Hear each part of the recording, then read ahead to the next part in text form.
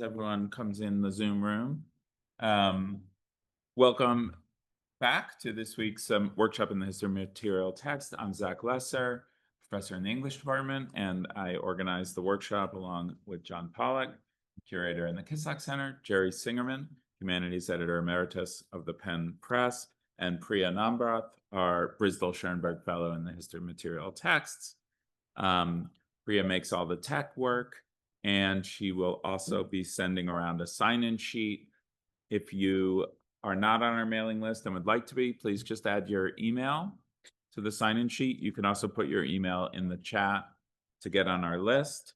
Any announcements before we start? I'm looking at the librarians. Announcements, Lynn? No, nothing to plug.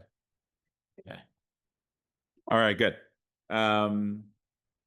I also haven't mentioned this year, I think, that you should check out our website, penmaterialtext.org, where you can find a searchable database of talks going back about 30 years, and our YouTube channel, where you can find recordings of most of our talks over the past 5 years or so, including ones from this fall already.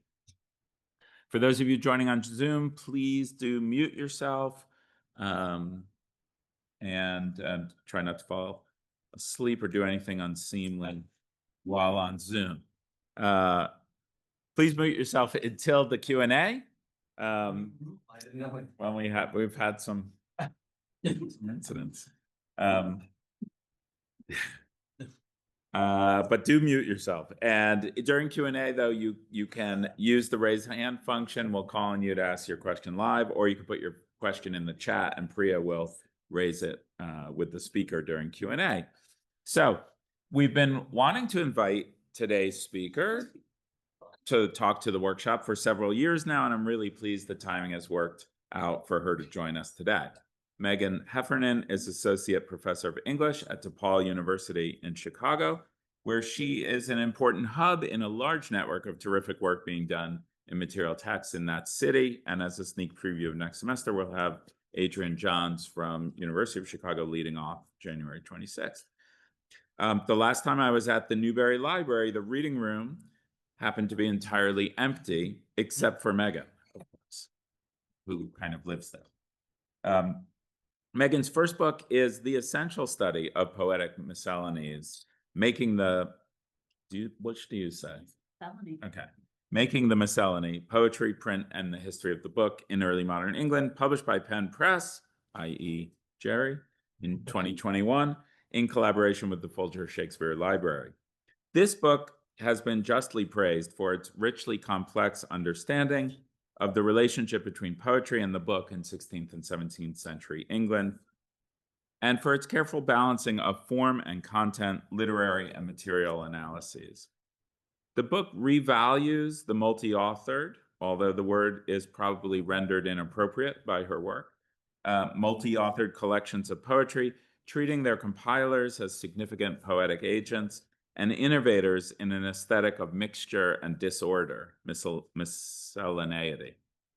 What seems disordered to us was not exactly order to them, because that still maintains the binary of order-disorder that Megan is breaking down, but what seems disorder now is part of the material design of poetry then, I'd say.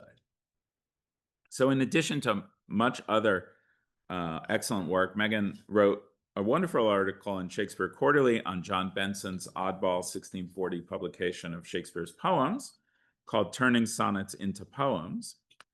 That, like the work of Penn's own Margherita de Grazia, helps us to understand this often dismissed volume of Shakespeare's work in a new way. As she shows, the way we read the sonnets today is more inspired by the 1609 edition than by Benson's 1640 volume. Yet it was Benson's version to which most readers had access in the 17th and most of the 18th century. This essay grows out of her first book, as you can see from her opening comment, that where the 1609 volume offers the lure of a Petrarchan sequence, in 1640 Shakespeare's lyrics are apparently a miscellaneous jumble. But it also leads to one of her current projects, which is editing of the volume of Shakespeare's poems for the new Cambridge Shakespeare, which is a rival series, but no doubt a worthy one, to the Arden Shakespeare. It may be fittingly ironic, given Megan's work that has sought to explain the mixtures of miscellanies, including Shakespeare's varieties of poems, that nearly all multi-volume editions of Shakespeare today include one volume for the sonnets and one for the poems, that is, the non-sonnets. I don't know, but I'm assuming that's true also of the Cambridge, and so as usual, the requirements of publishing books is at odds with the intentions of their authors. Megan's also working on a second monograph on the institutional histories of caring for early modern print, and today's talk sounds like it's drawn from that project. She'll be speaking today on Between Libraries, the Maintenance of Early Modernity, so please join me in welcoming her.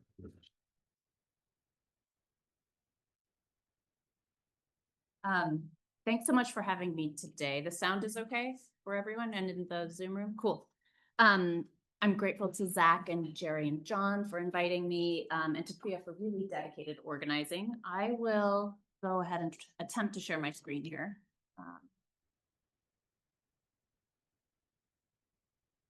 Is that working? Great. And I will also say that I'm incredibly grateful to a host of library folk in Chicago who I could not have done this work without them. At the University of Chicago and at the Newberry, I've depended on the expertise of folks including Elizabeth Frangel, Alexa Tulk, Catherine Grandgeorge, Paul Gale, Suzanne Carschmidt, and Jill Gage. So I'm incredibly grateful. My talk today is about the working relationship between the University of Chicago and the Newberry Library during the late 1960s, when hundreds of general and special collection books were sent between the two institutions for rebinding. I think about the historical and social context for that relationship, then conclude by tracing some items back to an earlier network of book traffic with the Huntington Library. This material is indeed part of my book in progress about the long-term history of early modern print within modern research libraries. I've been conceiving of the project in 4 sections that follow the progress of rare books through institutional collections, from curation to cataloging, conservation, and deaccession. No, me being me, and I get tangled up in things like histories of poems, literary histories, right? I'm also approaching these topics from my disciplinary home in English. So each section pairs short chapters on the 20th century history of libraries with formalist studies of 17th century English poets, including John Taylor, John Donne, George Herbert, Margaret Cavendish, Ben Jonson, and Shakespeare. These constraints of time and geography are purely artificial, but I'm pursuing them because one premise of the project I'm testing out is that lyric poetry from this moment offers a powerful model for understanding material change across time, for theorizing forms that endure and forms that decay, and for recovering agency and influence that exceeds the activities of named individuals. At the same time, and I'm finding this with some exhilaration, that this research is leading me well beyond my training as a literary historian. I've been drawn to libraries' institutional archives, including correspondence within and across departments, building plans, and maintenance reports. With some luck, I've been able to use these records to lead me back to pre-modern items with fascinating 20th century histories that are often overlooked by the disciplines of book history and literary studies alike. I've learned that while these modern histories are self-evident to library professionals who have a daily lived intimacy with the materials of early modernity, researchers like myself encounter these books much more infrequently and were trained to filter out modern interventions. My goal is to incorporate the quotidian, ongoing stories of maintenance and care into the histories of books that humanities scholars have studied mostly for a narrowly defined instant of production and early reception.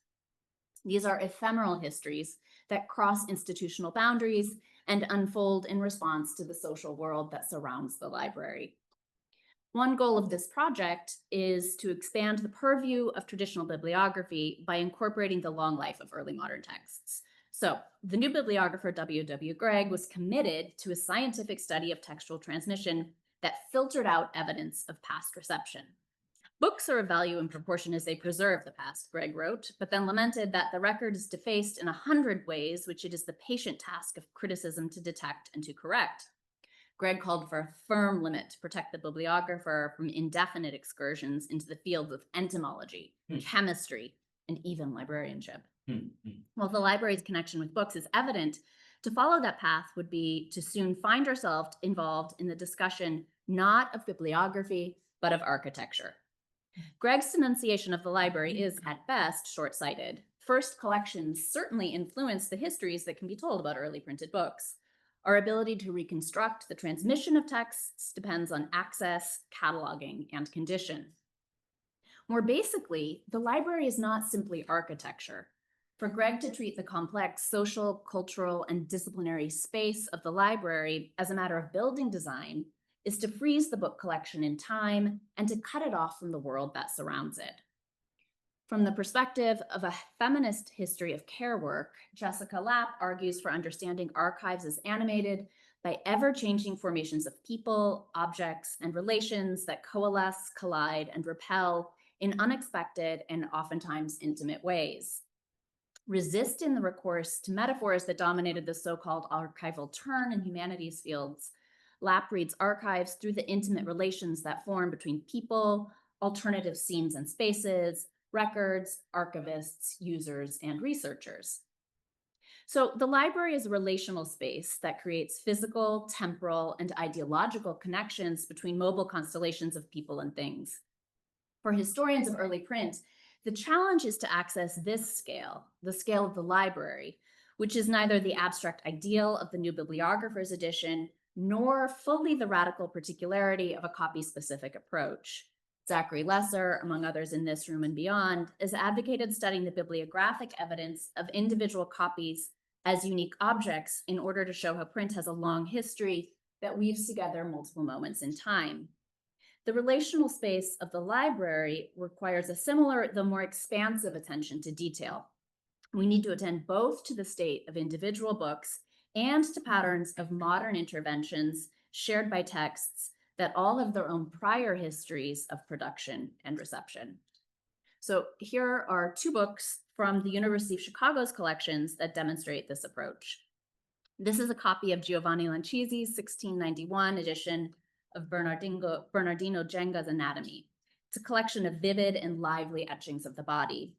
This copy reflects how 19th century book owners and binders grappled with the challenge of containing the large plates within the format of the codex. Individual leaves, including the title page, are mounted on stubs and folded up to fit inside the closed boards. The creases have been reinforced from the back. And here's a copy, another copy, with a completely different approach. The boards are much bigger. The leaves are universally flat, crisp, and bound at the left margin. This copy has, in fact, been bound in a strikingly modern fashion with a case binding of green buckram book cloth with gold stamping on the spine and front board. It has fresh fly leaves, and at the back, there is a remarkable trace of when and where this work was undertaken. November 1965, Newberry. The condition of this copy of Genga's Anatomy is not idiosyncratic. Here are 30 more books treated in the same way at the University of Chicago. We just probably saw another 40 over in the Lee Library over there, if not more. But these were just a few items out of hundreds that were sent from the University of Chicago Special Collections to the Newberry Library for rebinding in buckram between 1964 and late 1970. This is a very short moment in a much longer relationship between the two institutions, but I'm focusing on these years because they coincide with the arrival of the conservator Paul Banks at the Newberry, with Banks's rescue work for the 1966 flood of Florence, his transformation of the library's bindery into a conservation laboratory, and as a result, the Newberry's decision to stop taking on large projects for Chicago by fall 1970. The Newberry has Banks's papers for the years he worked there, and they offer a fascinating snapshot of the expertise, labor, and finances required for the ongoing maintenance of a large research library. The binding orders for the Chicago books, for the most part, don't document individual treatments, but they do record the scale of the endeavor, with thousands of dollars flowing between the two institutions. Using institutional archives like Banks's papers as a point of access for current library collections makes it possible to focus on unusually precise moments in the long history of books printed centuries ago. The Newberry bindings for Chicago's early printed texts are flagrantly polychronic, resembling contemporary library copies of 20th century works on the outside, while internally their pages frequently show their use and often their repairs.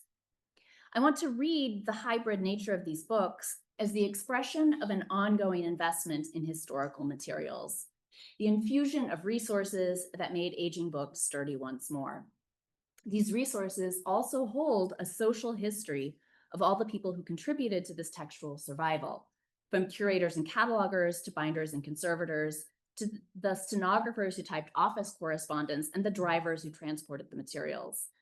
Where the modern history of early print is often understood through provenance, which we might think of as the commodified transfer of valuable books between wealthy collectors, an attention to institutional maintenance introduces a quieter history of endurance that runs underneath considerations of the marketplace. From the perspective of critical archival studies, Michelle Caswell has outlined an expanded definition of provenance, reaching beyond chains of ownership to the complex circuits of contextualization within a collection, including the influence of library professionals and users. This way of reading foregrounds the ephemerality of collections even when they endure for centuries. Long-term histories hold within them constant change and flux. So Paul Banks was hired by the Newberry's young president, Lawrence Towner, in 1964. He arrived in Chicago following training in fine bookbinding in New York. And his arrival coincided with the spectacular acquisition of the Louis Silver collection. From the outset, Towner, in fact, linked Banks's hire to these materials. I know this image from the Tribune is dark. The Chicago Tribune is dark, but I hope you can kind of make it out. There's actually a man with a shotgun there. Because I love how it captures the public perception of rare books that I'm resisting in this project. So the opening of the article basically narrates the image, and it says, under a shotgun guard, officials of the Newberry Library wheeled out several of 38 cardboard cottons to the lip of a bank vault yesterday, posed for pictures, and discussed the cartons as casually as if they contained groceries. Vaulted, guarded, ultimately destined for safekeeping in the library's rare book rooms, the trip tells a story of the transfer of individual wealth to the institutional holdings of the research library, presuming that the astronomical value of the silver collection requires isolation from the world. Yet what Banks's career shows are the constant, profound exchanges between books inside collections and the people and spaces that hold, use, and care for them.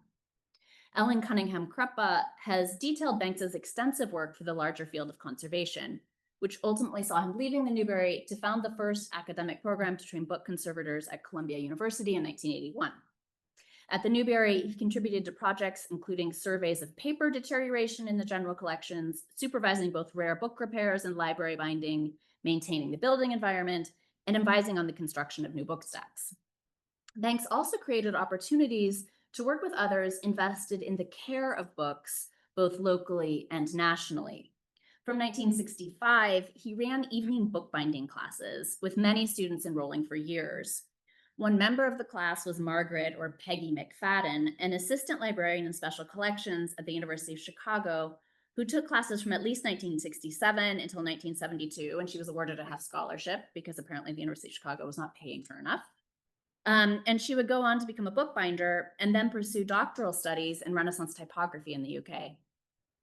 Another student in the class worked for the library at Northwestern University's dental school, for which the Newberry's bindery took on an extensive project of salvaging 19th century texts and decaying boards. In 1966 and 1967, another collaboration was explored, this time with the Folger Shakespeare Library. Curator Giles Dawson was interested in moving the Folger's binding needs from France to the Newberry because Banks could do it more cheaply and faster without transatlantic shipping. Most of the materials that I've seen the list of from the Folger seem to have been modern periodicals. But this batch, this letter mentions half a batch are old books needing rebinding. Other correspondence refers to pamphlets. Banks estimates at one point that the Newberry could take 600 or 700 volumes from the Folger annually, which is a quantity that kind of boggles my mind. The connections that Banks was building quickly became international as well. A significant turning point for Banks personally and for the field of conservation in general was the flood of Florence on November 4th, 1966, when the cresting of the Arno River deposited a toxic sludge of water, mud, and heating oil in the city and threatened the city's rich tradition of art and architecture as well as state and private archives. The scale of the damage was unprecedented, and Banks was on the ground almost immediately. So from November 17th, he wrote back to Towner at the Newberry, "The mess is really terrible. The Archivio di Stati in the basement and ground floor of the Uffizi has 40,000 soaked manuscript volumes. We have not been invited to the Nazionale, which has gotten much attention, and we are instead working in smaller libraries which have had less help." The flood captured the imagination of the Western world in a media age that was primed to witness it. So the first slides that I showed of the flood were taken from a feature in Life magazine. They sent somebody there immediately, had them under the ground to record the images. Senator Ted Kennedy visited rescue workers at the Uffizi and the Biblioteca Nazionale, and he remarked, "It was as if they knew the flooding of this library was putting their souls at risk." Franco Zeffirelli, a native Florentine, happened to be in Rome wrapping the production of his Taming of the Shrew.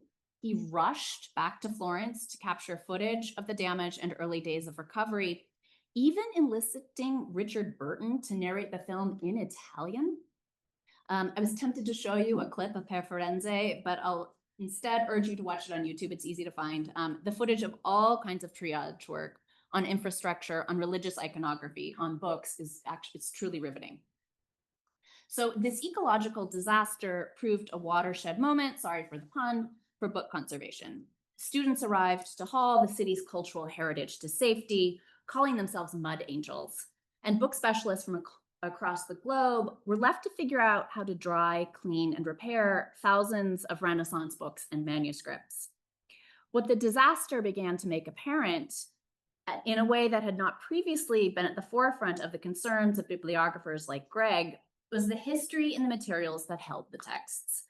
Binding boards, leather wrappers, stitching patterns, annotations, even the indentation that cut into the surface of the paper in the early modern printing press, all risked being washed away by the very interventions that were required to restore these books to a stable and usable condition. The extent of the damage required a response at scale, marshaling volunteers, and even temporarily installing 30 mending and pressing stations in the reading room of the Biblioteca Nazionale. The flood seeded the ground for conservation as a modern science, and especially for an intellectual community that could pool resources and expertise. Banks in the field at large brought lessons home from Florence, returning with a reinvigorated sense of the care with which interventions should be made, as well as their duty to think about the long-term survival of historical materials in a precarious world. The Newberry was primed for a reimagining of the obligations that modern institutions owed to their collections, because as Suzanne Russick and Giselle Simone have described, the library had a long tradition of an in-house bindery that employed women and minorities, often drawing from Chicago's multiple immigrant communities. So in this image from 1909, you can notice the split between the male binders on our left and the female sewers on the right, the women sitting with sewing machines, the men wielding hammers.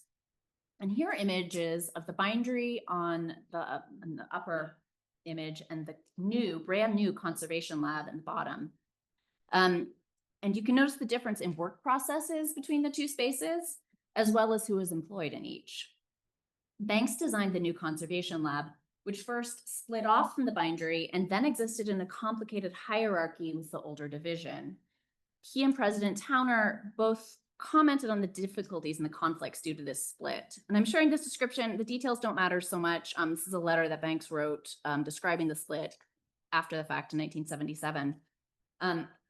I'm mostly interested in Banks's language, which suggests how deeply these hierarchies were felt within the library, and really fascinatingly for this work that I'm doing, how they were drawn out around who was doing the work in buckram binding, where those books were routed. There were interpersonal conflicts about approaches to the work, as well as ideological arguments about the Vietnam War and complaints about playing the radio. The radio was mentioned more times than you could imagine. Jill Gage has shared stories of Banks insisting on WFMT's classical music, while other staff wanted to listen to the Cubs on WGN. These conflicts were exacerbated by a generational shift in who entered into conservation work, with aims of racial integration in the bindery. I'm pausing over these works place relations, not because they're surprising or scandalous. I mean, they should come to my department meetings, but because they're an important facet of how the University of Chicago's books were rebound in this moment, in this place, with these people. The Newberry had a long tradition of using buckram book cloth to rebind early print. With Suzanne Carr-Schmidt's help, I was able to trace the use of variations on this style from the 1930s on. More impressionistically than statistically, I can say that the date stamps kind of suggest that early books were increasingly less likely to be rebound by the later 1960s, and instead came to be placed in buckram boxes of a similar style.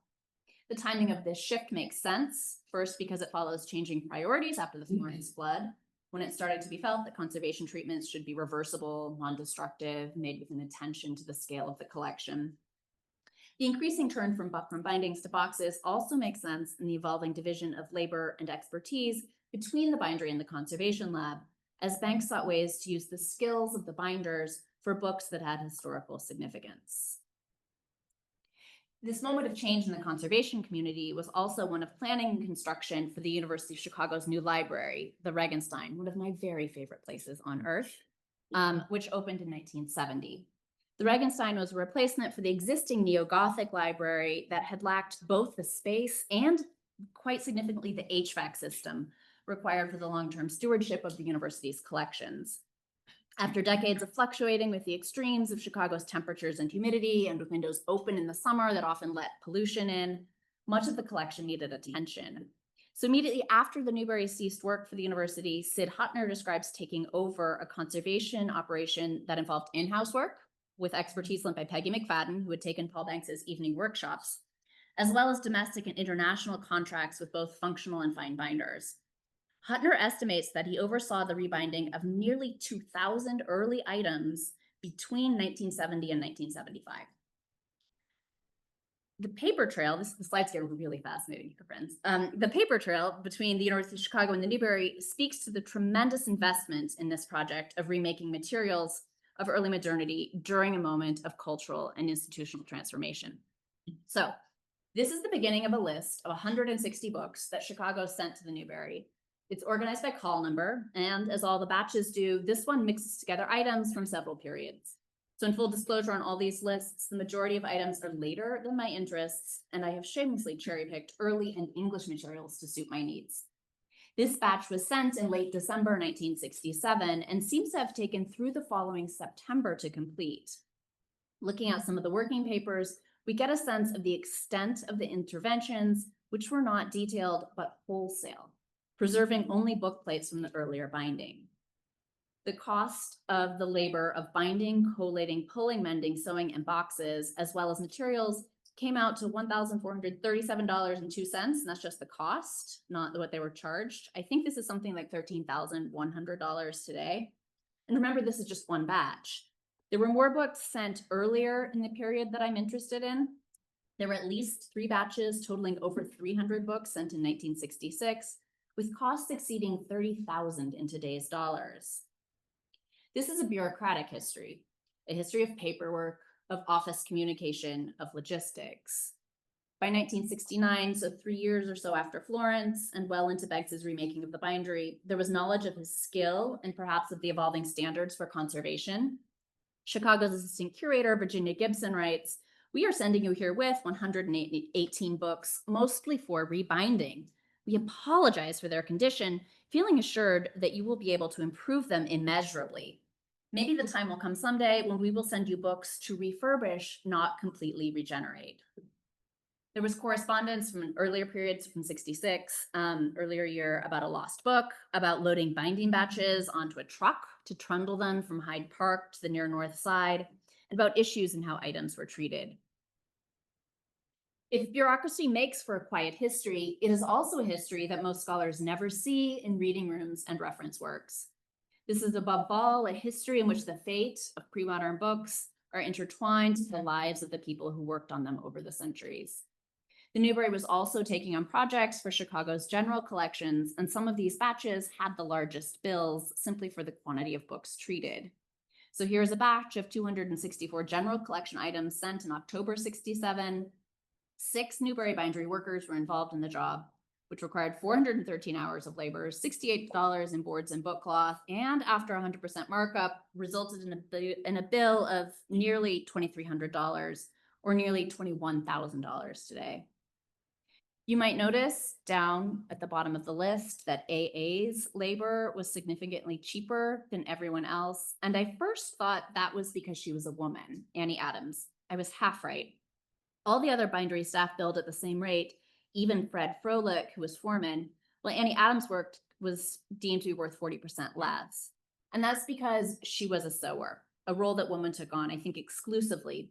The bindery records often called the sewers girls, while others were named in the work orders for designing bindings, boxes, and especially the toolings.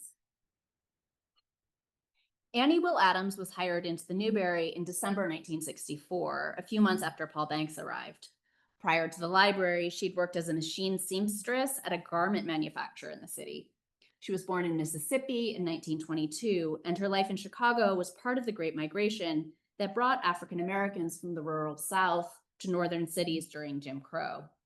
Adams lived just 2 miles south of the Regenstein Library, though in the South Shore, across a neighborhood divide that still today separates the University of Chicago from the communities that surround it. Her time in the bindery spanned the Newberry's reorganization of the conservation lab, as evidenced by this long list of job titles that she held. While Adams remained primarily a sewer and a binder, there are mentions of her training in paper mending and overall high praise for her skill. In 1971, performance reviews described her as a key figure in the gradual shaping of the bindery because she plays an integral part in the upgrading of skills necessary in the other female staff. She was, quote, not resistant to change. Adams was well liked, and folks looked out for her when she experienced health troubles that were exacerbated by her long commute. When she suffered a stroke that left her unable to work, the Newberry backstopped and extended sick leave to support her until she was eligible for Social Security. Adams' life lived alongside Newberry collections, as well as her work at the Newberry under collections of her neighbor, the University of Chicago, invite us to think capaciously about the diverse expertise that binders, sewers, table hands, and conservation technicians bring to their jobs. From their experience working on buckram bindings to the paths they cut through the city on their way to the library each day. The conditions for maintaining early modern print are bound up with the working and living conditions of the individuals who care for them. Not everyone entered the community of the bindery so easily. Reginald Walker, who also worked on Chicago's books, began at the bindery in 1966 when he was 20.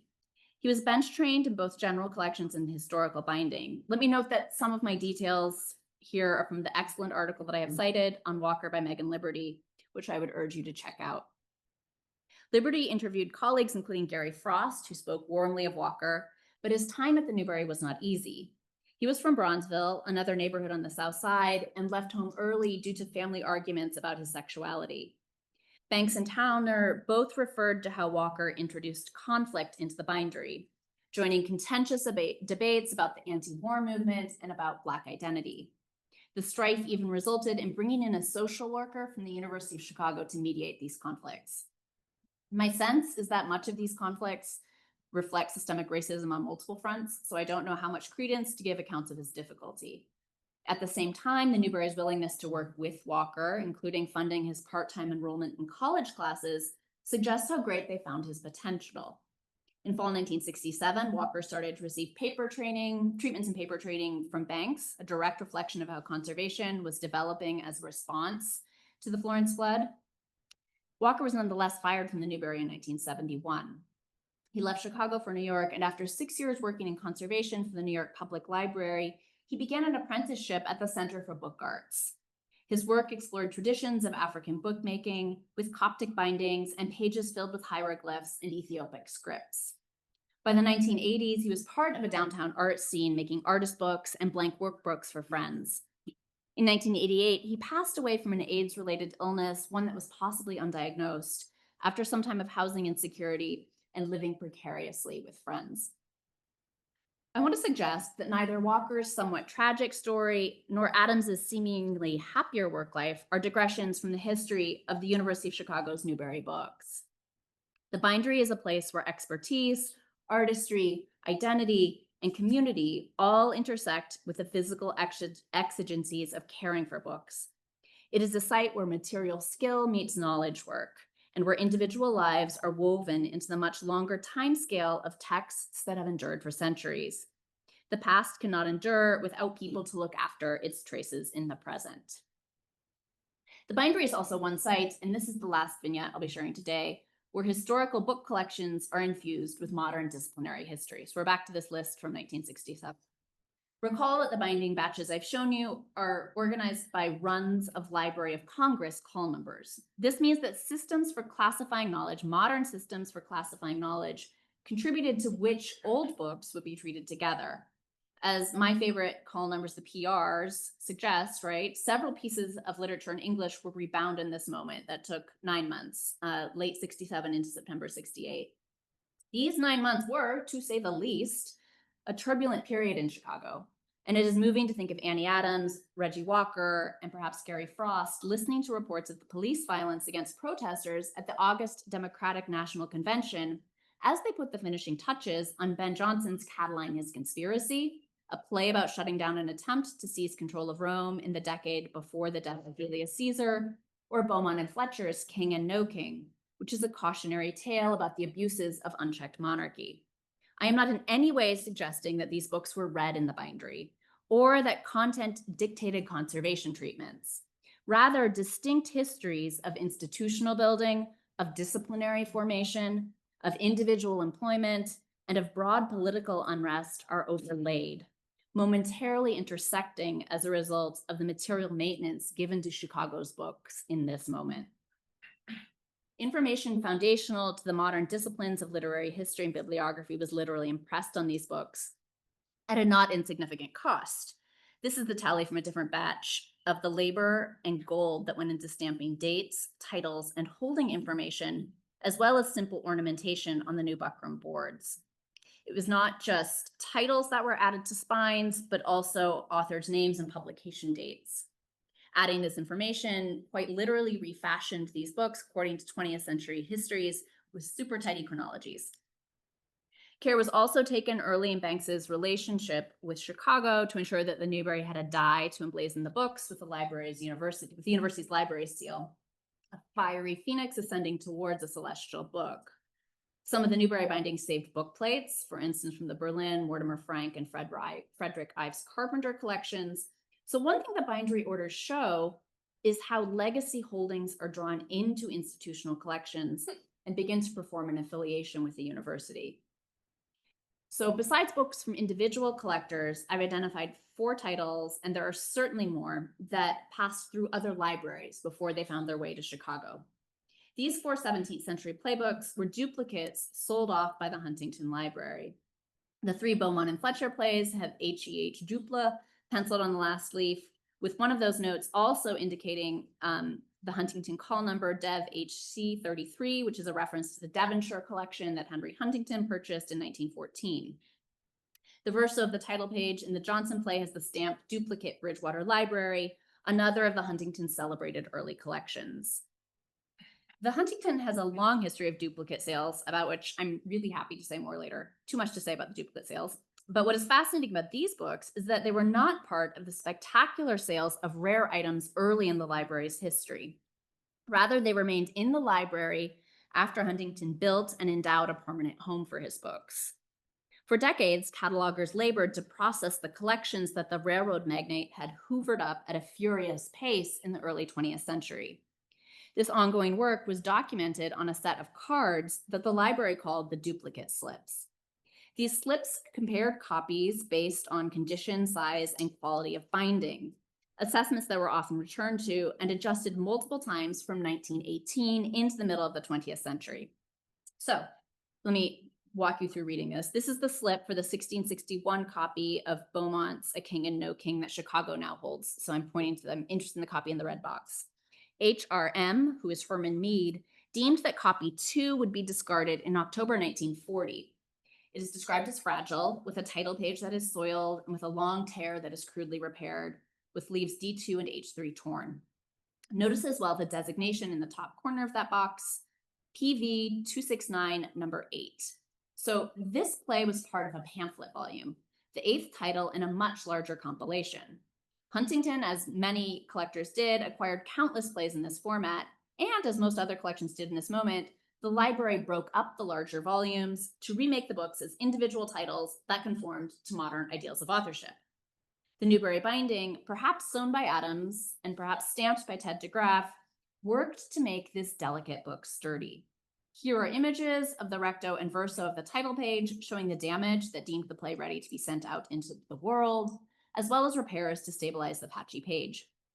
Leaves D2 and H3 have also been mended. My guess is that these repairs took place before the Newberry, since none of that documentation mentions paper treatments. I might be wrong though. All 4 of the Huntington plays that Chicago now holds were once part of these pamphlet volumes or Sammelbands. I'll give you just 2 more duplicate cards. Chicago's copy of Fletcher's Island Princess was once the 5th item in a volume of 9, in a 3/4 calf binding with the front cover detached.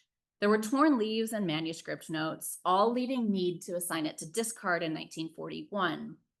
The 1669 copy of Johnson's Catiline His Conspiracy was also part of a pamphlet volume that was broken up. It was noted as stamped and shaved with an illegible catchword. I don't know who the 1931 LHW was, but again, Herman Mead designated it for discard in 1941. I suspect that all these plays removed from pamphlet volumes were sold without bindings, that's my guess. The Huntington keeps many disbound pamphlets in slings and folders today. So what we are watching in this flurry of administrative paperwork, in the long trail of documentation for Chicago's books at both the Huntington and the Newberry, is how 20th century disciplines prompted a wholesale reimagining of the materials of early modernity, with effects that rippled through the rare book market for decades. Chicago's acquisition records for these titles aren't extant, so we don't know whether these plays were sold straight from the Huntington or passed through other hands first. I have seen sales lists that the Huntington prepared in the years after World War II that were designated just for other institutions, with the express purpose of preventing their discarded items from passing to book dealers who would inflate the market. It took decades to coordinate all this work, with sales taking place into the 1960s and sometimes beyond. It was indeed the very developments in the rare book world that would lead to the unwinding of the relationship between the Newberry's bindery and the University of Chicago. In late 1970, as the Newberry was on the verge of creating a new conservation lab and splitting off the bindery, Towner wrote to Chicago to explain they could no longer accept outside work. This decision made sense because while Towner had initially appreciated the outside revenue, quite a lot actually, external work came to occupy a large proportion of the bindery's output. In the year from November 1965 to October 1966, the bindery treated 10,000 items for the Newberry, 10,200 items for the Newberry, 1,300 outside items for about 13% external work. And the University of Chicago was a large percentage of this outside work. So this is just the month of November 1966, which was certainly anomalous because Banks was away from the library working on the recovery in Florence. But the bindery recorded $996 of work for Chicago and $92 for the Newberry.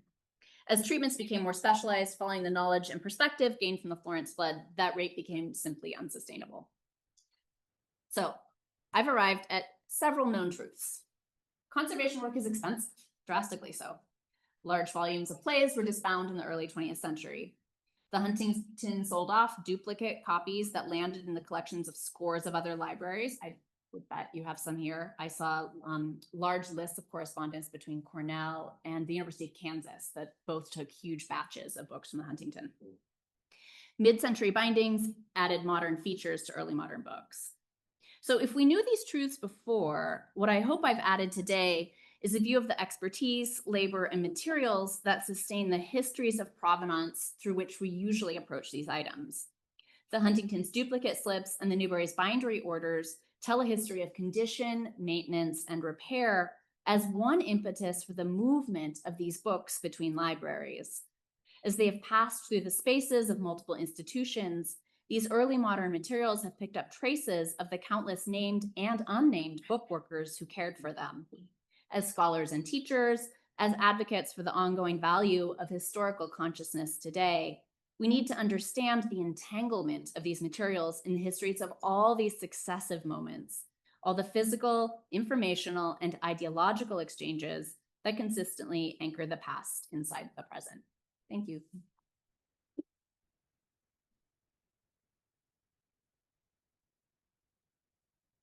Sharing this. Well, thank you. That was fascinating.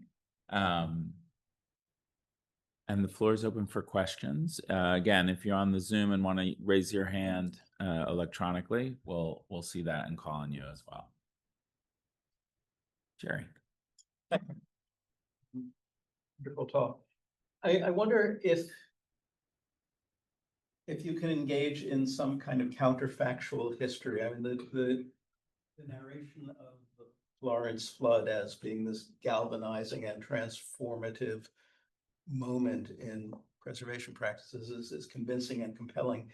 But there were, of course, many other moments of mass destruction of libraries. I mean, one can think of course, on a huge scale, during the Second World War, the loss of libraries. Another case during the First World War, the destruction of the library at Leuven, and so forth. So what were the conditions that made the Florence instance so compelling? I mean, one possibility perhaps is connoisseurship, right? People love Florence and love Florentine art. And connoisseurship was actually, in a way, I'm thinking loud, but kind of missing from your narrative. That is, if you're replacing old bindings with buckram bindings in the century, there's kind of lack of aesthetic concern. So anyway, I don't know, thoughts and questions. Yeah. And again, you've made a very convincing history. Why are the counter histories not working for you? I mean, I think you could tell versions of this history at different moments across the 20th century. So Paul Gale, who's emeritus curator at the Newberry, has a great new article, came out last year, about the Newberry's book buying campaigns in the 1950s, at very end of the 40s and beginning of the 50s, at the same time that the Folger was going to Europe to hoover up books that had been displaced by the war. And Gail has amazing correspondence. There are book dealers where they're working hard to get their lists together. They're actually saying things like, we'll trade books for food. And the Newberry is aware of this as an opportunity and perhaps also anxious about it. So I think the reason that this moment around 66 crystallizes in a different direction is, so first of all, I mean, the buckram bindings became, I think, unsustainable just in a matter of scale and also for reasons of connoisseurship after everything that Banks is seeing. And it took a few years to unravel that. I really feel like the media moment in the 60s, the cultural moment in the 60s, made it possible for the flood to capture our imaginations, capture the imaginations of people then and now, in a way that were different. Franco Zeffirelli did not make a documentary about the bombing of Louvain, right? Yeah. And then I think it's a moment of disciplinary and rare book marketplace, the rare book marketplace, that intersects in a way that there's less of a furious pace. Actually, the book market is slowing down, right? The connoisseurs like Huntington have sort of stopped absorbing quantities as large. And that means that the books that are left for places like the University of Chicago that want to establish their collections in this moment as they're building a new research library are a different kind of book, right? They're patchier and need more care, need more investment. So I think one thing this project was doing is thinking about, as a book, such as it is so far, is thinking about like different micro histories, and then not for the exclusion of other moments in time, but for what emerges when I can take the space to offer you a whole talk on 4 years, which is quite unusual actually when we're used to, for folks who are used to working on 16th and 17th. Sure. I would maybe counter Jerry, but I think there's a kind of history of professionalization that probably is just as important. Yeah. as what happened in Florence. I mean, you referenced the opening of Columbia's program. And in the field of conservation, I mean, even still, we feel the reverberations of people who have learned in sort of an apprenticeship model versus a professional sort of university training model. And that's all sort of happening right at that moment. Yeah, one thing, like how I have spent a few summers is actually reading all of Paul Dang's papers at the Newberry, or just his papers at the Newberry. There's 9 boxes of them. Great. It was actually, I mean this genuinely, it was great fun. And so when he comes back from Florence, he first, a lot of his efforts are, as were other libraries and other institutions, were in raising money for the efforts. For the conservation restoration efforts. There was a push among other book conservators, including Peter Waters, that they wanted to sort of ride that momentum. And they thought, well, we have 30 conservation stations set up in the central reading room of the Biblioteca Nazionale. But why can't we build a central training facility in Florence? And for multiple, as I understand it, and other folks probably know more, but for multiple bureaucratic and cultural reasons, it couldn't come together. So folks distributed from the flood. And then Banks it took him another decade to get the program at Columbia off the ground. And there's a ton of paperwork, he kept trying to do it in Chicago.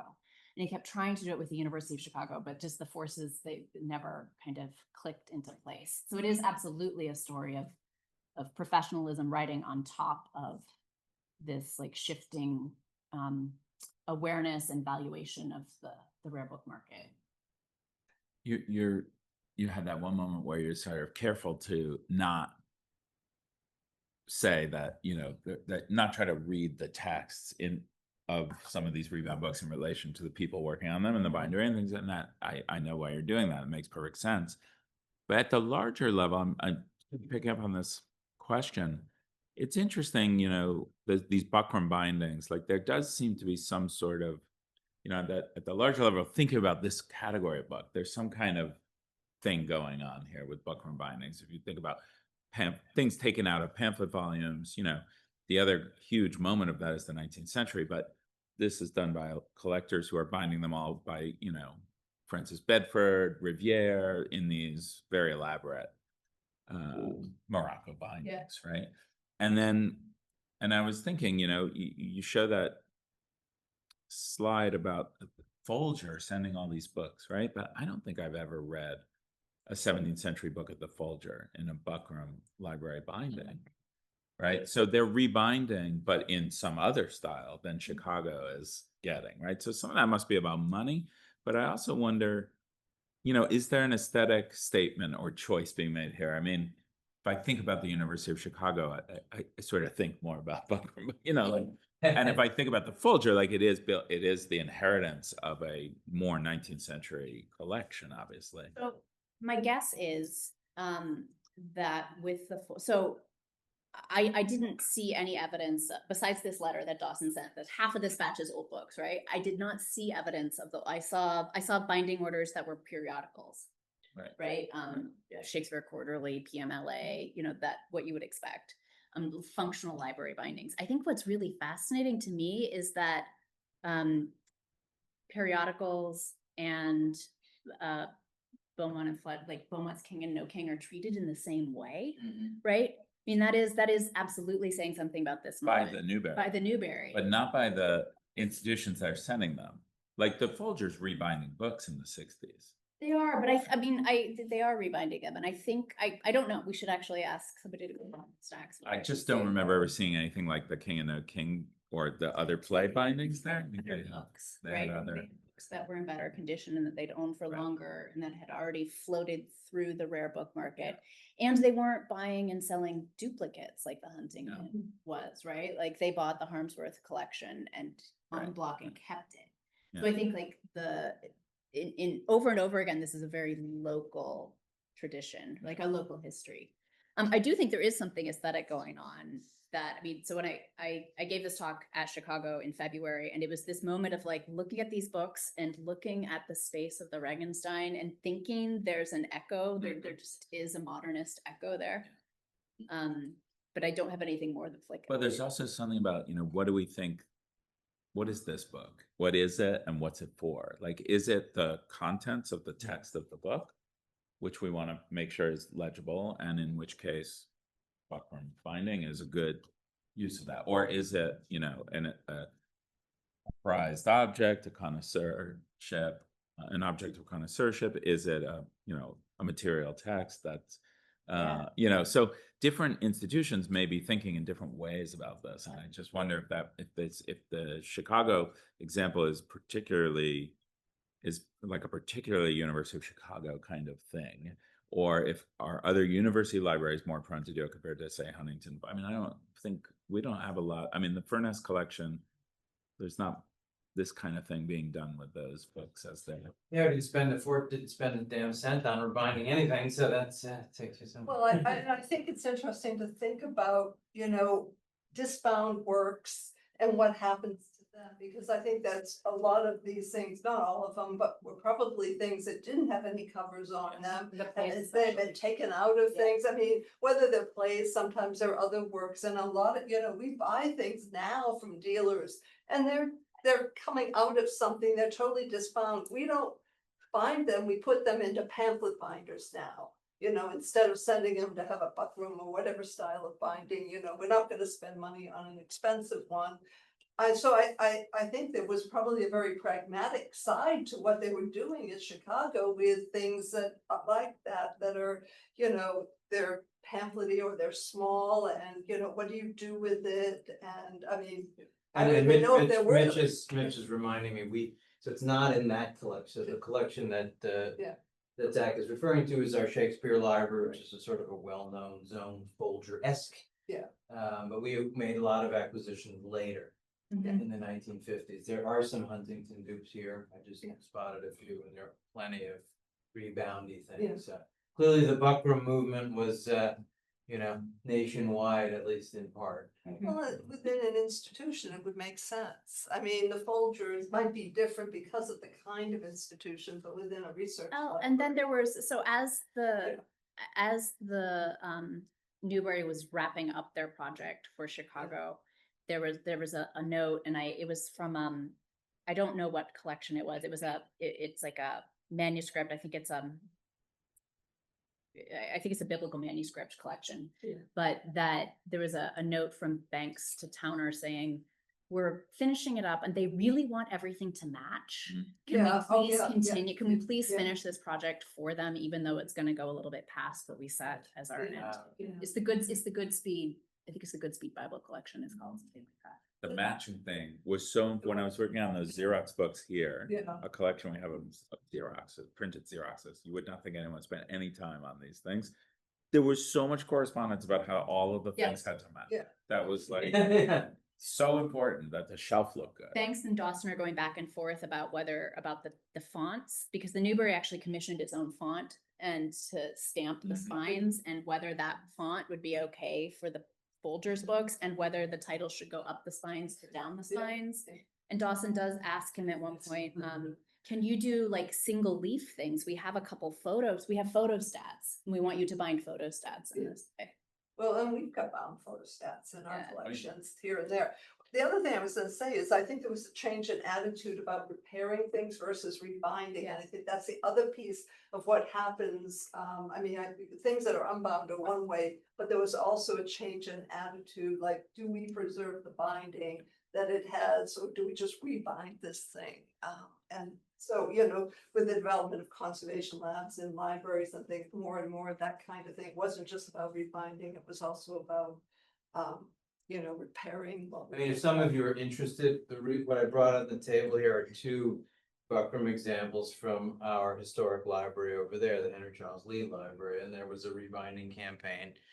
I think our documentation, unlike what you found, Megan, is woefully inadequate, so I've never seen much about, but it was clearly mixed choices going on in that room. You saw some. They had little forms that would be, I mean, often you would see in. Yeah, a little bit. Binding Mhm. forms that had been put, that got kept with them. I think a lot of them got discarded over the years when people used the books, but they used to be. I think it's an accident that these binding orders exist. I think, because like Chicago doesn't have to, right? So I think it's actually that Banks left the Newberry and his Yeah. papers were just Yeah. kind of Yeah. shoved in Yeah. boxes. Yeah. And I mean, they are accessioned, they are cataloged, but nobody looked super Yeah. closely to think, why are we keeping binding orders Yeah, from yeah. 4 years in the 60s? And so I think it's somewhat of a just sort of, you know, happenstance that they're still there. Let's go to Peter. Unmute yourself, Peter. Thanks so much, Megan. That was a wonderful talk. My question is about the relationship between your first book and what you're doing now. And I'm thinking about making the miscellany. And there, the whole area of commonplace books, they were almost all sold by Rosenbach to a huge extent. And they were catalogued by Edwin Wolfe straight from school. I mean, he had never went to university and he started writing about commonplace books. And these are manuscripts. And to my knowledge, none were rebound. In other words, they were sold, as far as I know, anyway, normally bound to the Folger, to Princeton, to every major collection has Edwin Wolfe's. And he went through these poems and actually attributed them. That was part of his job.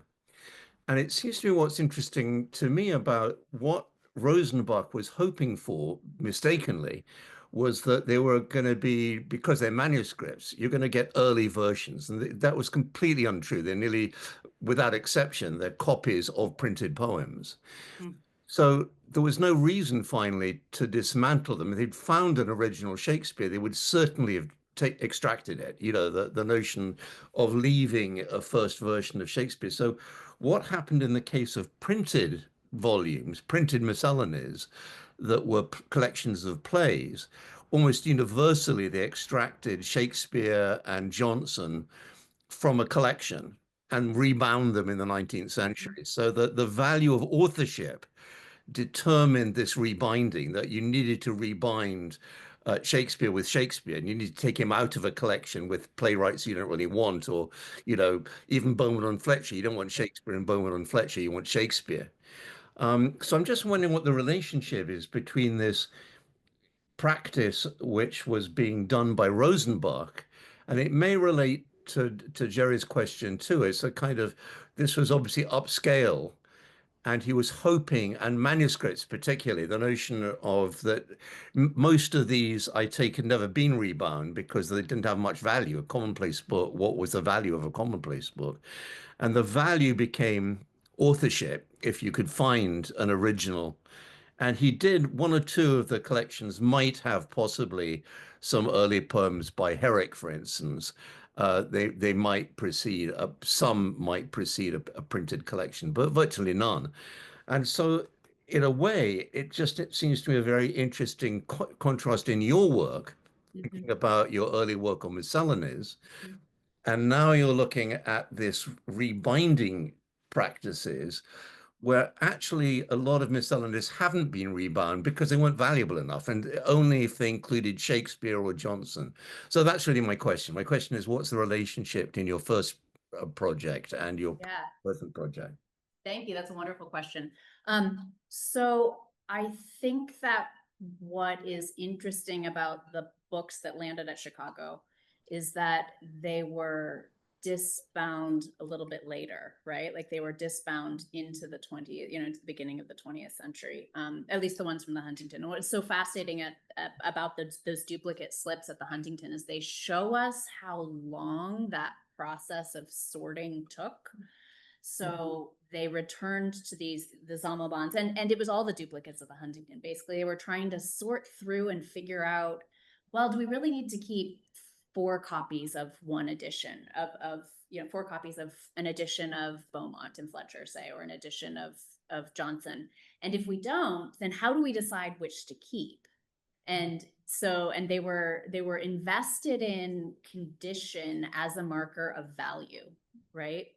And sometimes they would, sometimes that condition like played out in descriptions of the stability of the page or the binding or how it was cropped, but also sometimes in terms of press variants. So if there were press variants that they could identify, it would count, it would be different enough to be worth holding on to.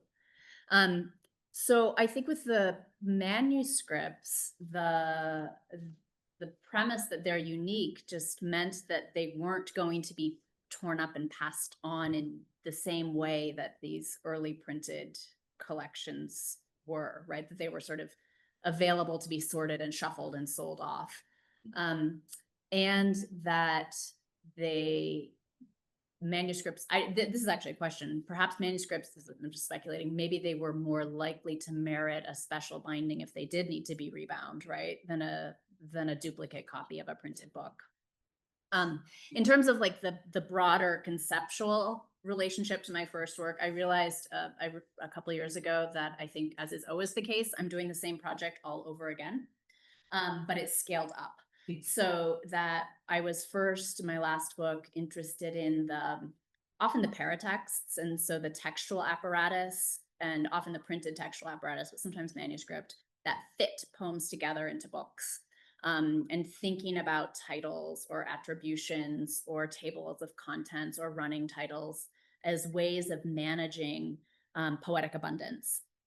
And I started this project by thinking about scraps and fragments and waste and things that have essentially fallen out of collections and are hard to put back because we lack the information to know. They lack the sort of informational pieces to know what edition it is and where it might belong in a catalog.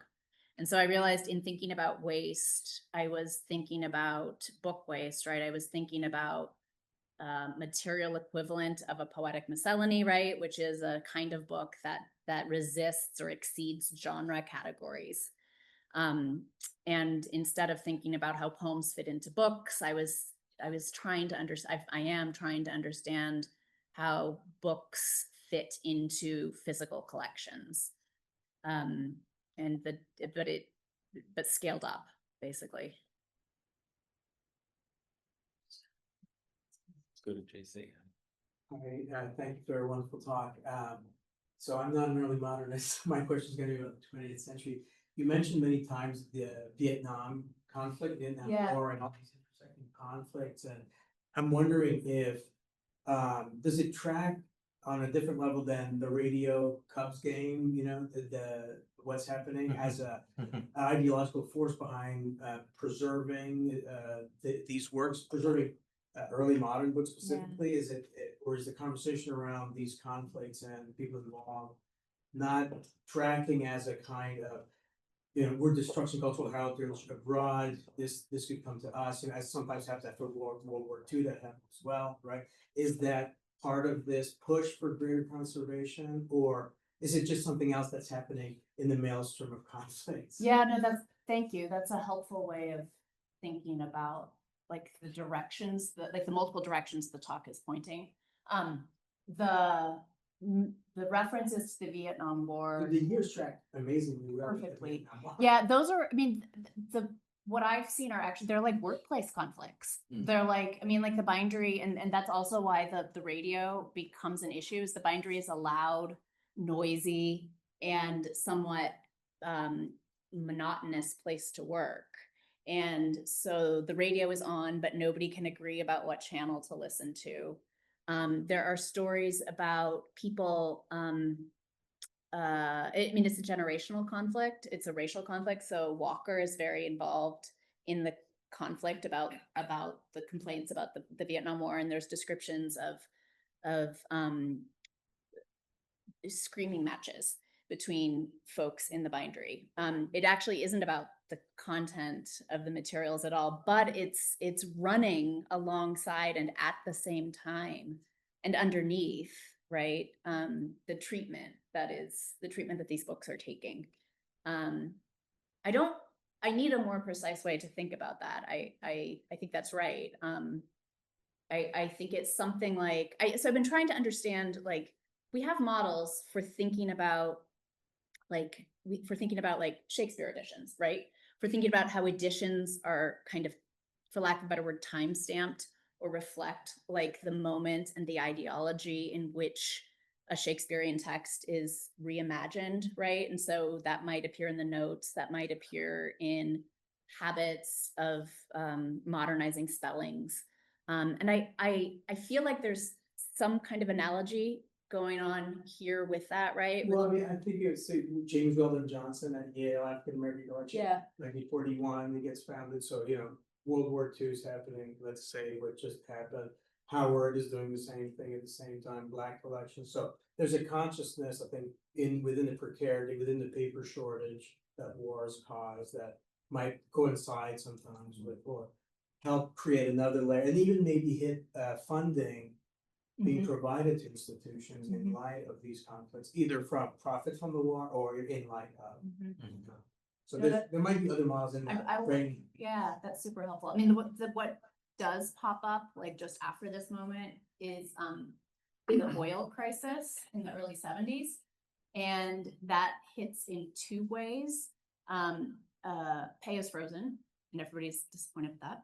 And they have to adjust HVAC systems for the energy crisis. And so they're like, they're sitting there trying to calibrate like how we maintain the appropriate fluctuations of temperature and humidity while also reducing the energy bill for the library. There was a question in the chat. So the first one, comment from Eliza Gilligan. This was in response to Jared's question, and she says the flood rendered books and art wet and covered in mud, unlike the bombing of Monte Cassino, which obliterated the whole monastery. And then Barbara Williams Ellertson says, she has a question, could you talk about your research process? Who preserved, archived the typewritten index cards from the Huntington, for example? I imagine you are needing to spend hours and hours going through archival boxes of correspondence. How will we reconstruct such histories? Yeah. So yes, to the first question or the first comment, right? That this is a difference of, I mean, it's actually a material difference, right? I'm just thinking through this, but material difference of mud versus destruction. What was I did not have space for this, but the descriptions of what happened to in the immediate days of the rescue work are stunning. So they immediately figured out they had to dry the books. They put them in tobacco kilns, and that caused its own problem. So they dried them out, but then there's amazing images. I mean, the flood is just astounding for the visuals, right? That are just sort of so impactful. But the images of books that have dried in, you know, all fanned out, and or the leather covers burnt. So the kind of ingenuity in response and the like levels and like extended ongoing ingenuity required in response to this disaster were just transformative. Archives. Yeah, so I didn't perhaps think through what I was getting into in this work before I started it. And I'm a completist by nature. I did spend, I really did read most of Banks's 9 boxes at the Folger, at the Newberry, in a way that took me, I couldn't really do it last summer. It kind of took 2 summers. I can do this work because it's in Chicago, right? And I can ride my bike to the Newberry, and I sit there all sweaty in the summer. It's actually a really great summer. But it does require a kind of imprudent, maniacal commitment, I think. Should not have done this for a first book. I can do this now because I have the luxury to take my time. The duplicate cards are fascinating. So they have only recently, they're not cataloged, they're like half cataloged, right? They were working papers. So all these are working papers, right? They were Banks's working papers, and the duplicate cards were the Huntington's working papers that they needed internally to figure out what to do with these books. And then they held on to them for a really long time. And so I was there not this summer, but the summer before, so summer 24. And they'd kind of only recently fit them into runs of big kind of extended shoe boxes. Those duplicate cards they're the duplicates, and they're not sorted by genre. So there are early modern materials and modern materials all together. My process was flip. Oh, early modern picture. And I took images, and actually Aaron Pratt helped me, because I was like, I'm gonna have to make a database out of this or something. And he said, look, dude, you can now text search in iPhoto. So that made me able to deal with the duplicate cards. But I think I was relatively completist in that, but I can't be certain I didn't miss something or other. How can you reconstruct it? I think with a lot of time and a little bit of foolhardiness. I don't know that I would recommend I've been doing. But the question also is about today. I think a lot of that kind of work happens ephemerally. Digitally. Because you're not saving digital records, timestamp digital records of all these things. That was an accident of paper that would be preserved, right? So I think an accident of paper, and I also think of its like 20th century bureaucratic history, right? Like it wasn't happening earlier, right? Either. Right. So it's this kind of it's possible in this moment, for the history of this moment. Yeah, thanks. I wanted to ask you about labor practices as they came up in the story that you were telling. And I guess, I'll start with the question and I'll have a shot at answering it myself, because I think I don't, so my question is that about the two workers that you invoked, Annie and Reggie. Yeah. So what they made me think of is that, they seem like incredibly generous treatments of workers in a way. It made the Newberry seem like a very benign employer. And it reminded me that I've seen similar, I've for different reasons, I've looked at British Library employment practices in the same era. And in London in the 60s, British Library was an incredibly generous employer, very early in its diversity, commitment to diversity, but also a very early adopter, for instance, of maternity leave and pension plans that were more generous. So anyway, I was just thinking about that, and then I was thinking, so my question is that true? Like, are libraries good employers generally? Of people, not of people who we know that libraries are sites of pleasure for those of us who are interested in books, but are they good employers for people for whom books are just another line of object? And if so, then if that is the case, in your opinion, then is it because libraries are sites of a mixture of so many like paid and unpaid practices? Like in your story, there's so many different kinds of labor. Like there's the volunteer labor around the books in the flood. There's the philanthropic sort of activity that goes into building these collections in the first place. There's this highly professional, like expertise labor of people who are trained to work with books. But then there's also just the labor of Annie, who could as well be working in some kind of, Chicago sewing shop. So it seems to me that there's something about these different kinds of labor that complicate not only the object, but the ways in which sort of the elegant exploitation of labor in a kind of capitalist narrative gets sort of messier, or it's less easy to just exploit the laborer in a situation where the end point is not clearly the production of value. Yeah. Mm-hmm. I think I have given a generous reading of the experience of these book workers. I don't think it's unconscionably generous.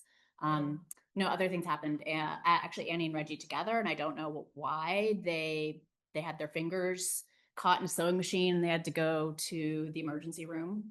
Newberry picked up the bill, I think out of labor, labor's comp. There's constant fretting in this paperwork about how little they're paying them. And one of the challenges in the bindery, as they're moving, so some people had been there for 30 years, right? And as those people are retiring and they're trying to recruit new current and future workers, they're consistently worried that they're not paying enough to be competitive, which sounds pretty familiar. There's actually across this moment, and somebody who knows things about the 20th century could date it a little better than me, but there's shift in health insurance policies and in Social Security, and in pension plans. And there's one of the things that is kind of alluded to in the visit from this social worker from the University of Chicago, comes in to consult about the conflict in the bindery, is she tells them about TIAA CREF. She tells the bindery workers about TIAA CREF and asks them if they're going to be enrolled in it. And so something's going on there in the relationship between the manual labor of the library and of the bindery inside the knowledge work of the library, right? And I don't have a full account of that yet, but that is like, it's all there and it's burbling up. I've read some of the correspondence. It's now at the Huntington, but it's of a librarian named Eleanor Pitcher, who was at the Huntington for several years and then jumped to the Folger, partly because she jumped to the Folger like just after the war, I think, or just before around 1940, 1945. And then she is one of these people who goes to Europe to hoover up books. They send her, she calls herself the Folger's flying ambassadress. She is on the ground in Europe for 6 months at a time buying. She writes chatty letters back to Leslie Bliss, who's the curator at the Huntington. She'd been his assistant for a long time. And she says she left, and I'm going to get the numbers not quite right, but basically the Huntington had a cap on salaries, and especially on salaries for women.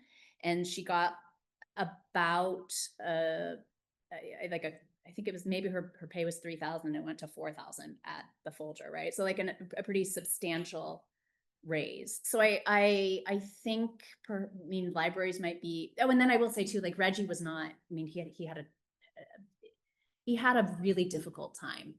And it's hard to know how much of that difficulty is him personally, is systemic racism, and is the Newberry, right? Sure, it's kind of like all these things together. When he left the Newberry, he was fired. It was kind of in 71, right? And so it was kind of passed through a firing as though it were for budget cuts, right? In this moment of constricted budgets with the oil crisis. But he wrote a letter to banks basically, and it just felt like one of these letters that like a student sends you, like, I'm sorry I didn't get my homework done. And but it was an awful story. It was like his dad was sick and he was in the hospital, and he's estranged from his father, but he had to go see his father, and he was taking all these outside projects for one of the trustees, and he bound the books too tight and he tried to get it done, but it's a sad story. And I was reading it thinking about how Walker's life at the Newberry was constrained by the worlds in Chicago that he was already attached to, and that going to New York actually like gave him some freedom to do something new. So I don't have one answer for you, but I think you're asking just the right question about the library as a place where so many different kinds of labor cross. And I hadn't thought about the Florence flood, the volunteer work as another part of that. And I think that's absolutely right. Let's take one more question from the chat. There's a couple of comments. Deborah Leslie from the Folger has shared a link to mid-20th century rare book rebindings. I can quote that to you. And then Georgiana Zeigler says, in the early 20th century, the Folger did rebind books in modern bindings, but Letitia Yentl saved a lot of the original bindings, realizing their importance. The library then moved to using specialized boxes made to hold original bindings with the books, which is what conservation does now. Smaller books and pamphlets are also put in as books. And then there's a question from Fleur. And she says, as a conservator, I appreciated your remarks about the people making decisions for these books and the entanglement of materials with their histories over time. In conservation more recently, conservators often emphasized a more neutral stance, guided by scientific analysis, minimal intervention, and selection of treatments and materials based on research. I wonder how you see this in relation to the kinds of interventions you've been describing. Do you think this changes the kinds of entanglements we create with these objects, or are we still inevitably shaping their histories in different ways? Oh, that's a great question. I hadn't thought about the like different versions of entanglements now. So there are so many reports of like the introduction of phase boxes following the flood. So Peter Waters came from the UK to the Library of Congress in the early 70s and almost immediately launched a phase box program, especially I guess for there was a European law collection that was full of vellum bindings. And so like these bindings were in risk of just falling apart, but we'll put them in phase boxes instead. I wonder, and I'm just thinking, I really like this question. I wonder if something like a phase box performs the entanglement in a way that's more visible to us, or offers multiple, performs the multiple temporalities in that entanglement in a way that's more visible to us than a rebinding does. I think that's just the right question. I'm going to think more about that. Well, done enough of thinking for tonight, I think. So we'll give you a break from it. Thank you very much for your time.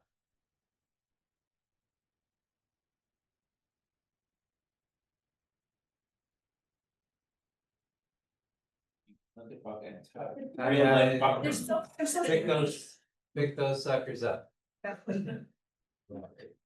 nice one. That's a nice one. Yeah, Yeah. Is this buckram from the Newberry? Yeah.